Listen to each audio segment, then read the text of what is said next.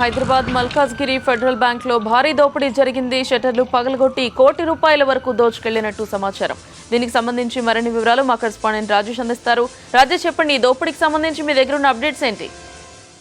అర్ధరాత్రి పూట దోపిడీ దొంగలు బ్యాంకులోకి చొరబడినట్లుగా తెలుస్తోంది. స్వెటర్లను తొలగించేసి గ్యాస్ కట్టర్లతో స్వెటర్లు ఏవైతే ఉన్నాయో స్వెటర్లను తొలగించి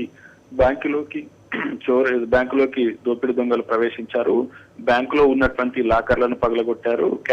క్యాష్లు ఉంచే ప్రాంతాలకు కూడా వెళ్లేసి అక్కడ ఉన్నటువంటి తాళాలను పగలగొట్టి బంగారాన్ని దోచుకెళ్లినట్లుగా తెలుస్తుంది. సుమారు ₹1 కోటి విలువ చేసే నగలు దోచుకెళ్లి ఉంటారని అధికారులు చెప్తున్నారు. ఇంకా బ్యాంకులో ఉన్నటువంటి సొమ్ముని లెక్కించాల్సి ఉంటుంది. పూర్తిగా లెక్కింపు పూర్తయిన తర్వాతే ఎంత చోరీ అయింది ఏంటనేది తెలియజేసే అవకాశం ఉందంటూ బ్యాంక్ అధికారులు చెప్తున్నారు. ఇప్పటికీ సంఘటన స్థలానికి ఆ క్లూస్ టీమ్ తో పాటుగా సైబరాబాద్ పోలీసులు చేరుకున్నారు.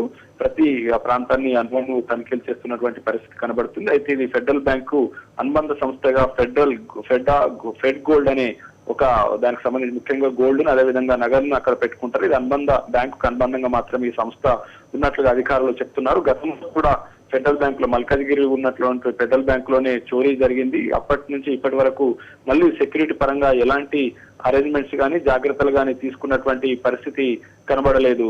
గౌతమి. Thank you Rajesh.